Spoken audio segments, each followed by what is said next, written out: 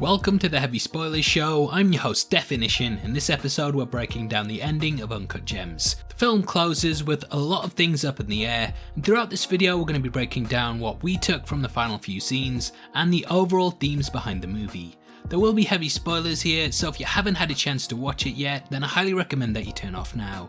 With that out of the way, I just want to give a huge thank you for clicking this video. Now let's get into our breakdown of Uncut Gems. I made a crazy risk, a gamble, and it's about to pay off. So I want the Celtics to cover. I want the Celtics halftime. I want Garnett points and rebounds. What do you know? I don't know. I just know. After a brief prologue that introduces us to the rare and mystifying Opal that pretty much becomes the MacGuffin of the movie, we meet Howard Ratner, a gambling addict that runs a jewelry store in New York's Diamond District. The first time we come across the character is a rather intimate moment during a colonoscopy in which a polyp is found. Though worrying at first, it is revealed to be benign, and this sort of closeness to what could be death and then the revelation that everything will be okay is something that is mirrored throughout the movie. Uncut Gems is intentionally filmed, edited, and presented in a way that will cause anxiety, and predominantly we follow Howard as he struggles to pay off a $100,000 debt that he owes to his brother-in-law Arno. We're just going to be giving a brief plot overview of everything before we get into our analysis on the film, so we can properly set things up in context that we're discussing later on. I'll try and keep it as simple as possible and just cover the main points, but if you haven't seen the film yet, then I highly recommend that you check it out. Anyway, Howard lives with his girlfriend Julia, and the character has a very estranged relationship with his wife. Neither he nor Dinah, his ex, have informed their children that they're pretty much about to get divorced, and this is very much about keeping up appearances, which is also exemplified in his brother-in-law Arno, who Howard is in debt to. Howard obtains the Opal and wishes to list it at auction for an estimated price of $1 million, which he's sure that he can get.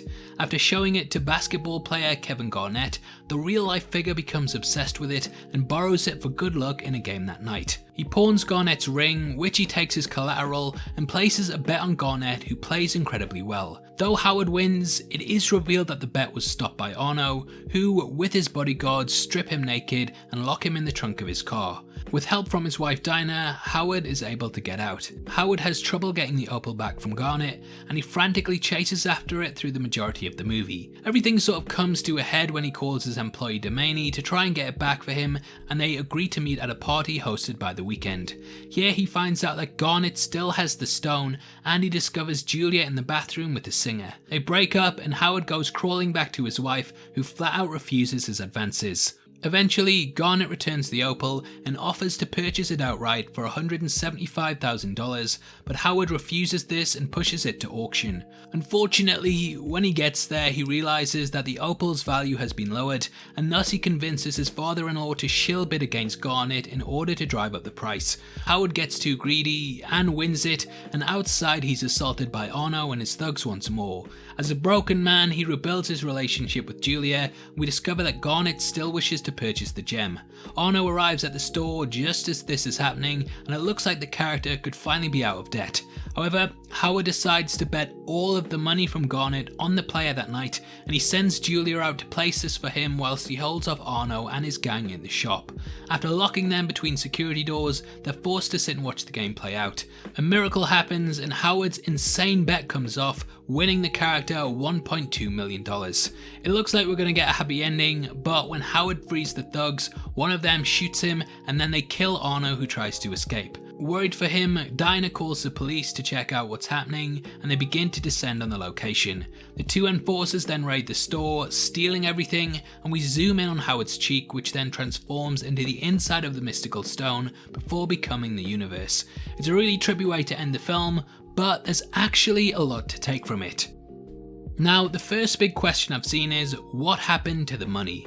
Well, now Julia has it, the thugs will be arrested, and she will likely be able to do what she wants with it. However, that doesn't mean that there will be a happy ending, and personally, I think she may even travel a similar path to the one that we see Howard on in the film. Uncut Gems is very much about greed, and how a short-sighted view of things can ultimately lead to your own downfall. Howard had several opportunities to pay off the debt, but instead he kept gambling, trying to win bigger and bigger, with no real perception of things around him. This is reflected in several characters throughout the film, and the only one who doesn't seem transfixed by the short term is Dinah. We know this because she turns down Howard's advances to repair their relationship because she's been through this before and already knows the outcome. Howard, on the other hand, repeats the cyclical behaviour that will offer short-term rewards but not ones in the long term. This is mirrored in the thugs who loot the store and Julia, which I'll get into in just a bit. Okay, so as the film ends, the thugs are trapped in the store, and that is blatantly obvious. We see throughout the film, even when experienced people want to use the security doors, they have a lot of difficulty with it. The trappings of this lead to one of the most nail-biting moments in the movie. I think this is purely put in place to set up the fact that the thugs are trapped there and will be unable to escape in time for the police that are closing in on the position. However, they don't really seem to care and are happy just looting the store for jewellery that we've seen throughout the film isn't worth what it's valued as. They are purely focused on the short term rather than the long term, the here and now, the possession of these objects rather than the lifetime in prison that awaits them if they don't up and leave immediately. Like, come on, just run, please run. Julia also follows a similar sort of view, and this highlights to me how the money will be wasted by the character. This is exemplified by her cheating on Howard with The Weeknd earlier in the film. She had a great relationship with the character and a stable job due to him. However, she was more bothered about a short-term fling in a nightclub bathroom with a celebrity rather than what it would do to her home and employment. Once more, she is fixed purely on what's in front of her rather than the bigger picture. Due to The Weeknd's status, he's sort of an Opal for Julia, and she's willing to throw it all away just for him. Now, it does work out for her in a way, but only because Howard is too transfixed on the short term and he takes her back. Howard lives in a constant cycle of toxicity, and thus she is able to go back to him. However, not everyone is like that, and in the big wide world by herself, I believe she will end up losing the money because of how she operates. Julia has just won a huge sum of cash through gambling, and no doubt she would try this again. I mean, who wouldn't? I don't gamble, but if I'd won that kind of money from gambling, I'd probably put it all on black or something stupid. As for the ending itself, the topsy-turvy trip actually means a lot, and to me is a symbolism for death and the great beyond. Uncut Gems is completely crazy. Whether it's the characters constantly shouting over one another, things not working out how they're supposed to, or Howard placing stupid bets one after the other. It reflects our lives in general and shows how from one second to the next, a lot of people are in a constant state of panic, trying to get things done, rushing by, living day to day with no real thought for the long term, and one day it will all just stop. Similar to the movie, the rush, the noise, the calamity of it all will come to an end. The first true bit of peace and quiet throughout the entire film comes due to Howard's death, and there's no more tension, no more anxiety, no more worry, just a relaxing trip from this world to the next. Now, what's most haunting about this final farewell with the character is that there's a grin spread across his face. He actually dies smiling, almost seeming like he doesn't have a care in the world, which at this point he doesn't. We see Howard throughout the movie grinning like this, but the one that sticks with me the most is earlier in the film when he's placed a big bet on Garnett. The bookmaker at the restaurant says it's the most ridiculous bet he's ever heard, but Howard disagrees and can be seen smiling. This is Howard when he's at his happiest, taking the long shot, showing that he's right and that he can win it all. If Howard had have survived the final few moments of the film, it's unlikely that he would have ever had another payout like this for the rest of his life. He played big, won big, and went out on top. Obviously, I'm guessing that the audience didn't want the character dead and would have wanted him to settle his bets, get a life with his kids, and use the money on his family to live basically the life that he'd been betting for. Let's be honest though, none of that mattered to Howard. He was more bothered about the chase, the excitement, and the thrill of it rather than the results. Even with the winnings, similar to Julia, the two probably would have just bet the money again, ended up in the deep with the sharks, and have gone through a similar sort of thing. However, here, Howard doesn't have to go through that. His last moment on Earth was him winning, and winning big.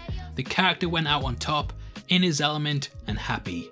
So, when you look at it, in some ways, the ending is actually a happy one, and the character is finally at peace. Uncut Gems was definitely a film I had difficulty enjoying at the time due to its frantic editing and pacing, but in hindsight, I realised that it was all intentionally put in place to make the ending so perfect. It's a shame that Sandler got snubbed for the Oscar nomination because it is genuinely one of his best and most memorable performances in years. If you haven't seen the film yet, then I highly recommend that you check it out now, especially because it's on Netflix and it gets an 8 out of 10. Now obviously I'd love to hear your thoughts on Uncut Gems and what you took from the ending. Comment below and let me know, and if you enjoyed this video then please give it a thumbs up and make sure you check out our full breakdown of the new Netflix series The Stranger, which is going to be linked at the end. We go over everything in the film, so it's definitely worth checking out if you want to know more. If you want to support the channel from as little as 99 cents a month, then please click the join button below. You get access to content early and can suggest video topics and breakdowns. We massively appreciate it, and it goes a long way to helping videos like this get made. If you want to come chat to us after the video, either follow us at DefinitionYT or click the Discord link in the description below. Every month we give away free movies to people who are subscribed to the channel, and this month you can win Dr. Sleep, and all you have to do is comment on a video and make sure you sub with notifications on. The more videos you comment on, the more you have a chance of winning, so please get involved, as the winner is going to be chosen at random on the 15th of February and the set will be shipped out from then to whoever gets the prize. Best of luck to everyone who takes part, and I'll see you next time. This is a channel for people who are mad into movies, so if that's the kind of thing you like, hit subscribe. Huge thank you for taking the time to watch this. I've been Definition, you've been the best, and I'll see you next time. Take care, peace.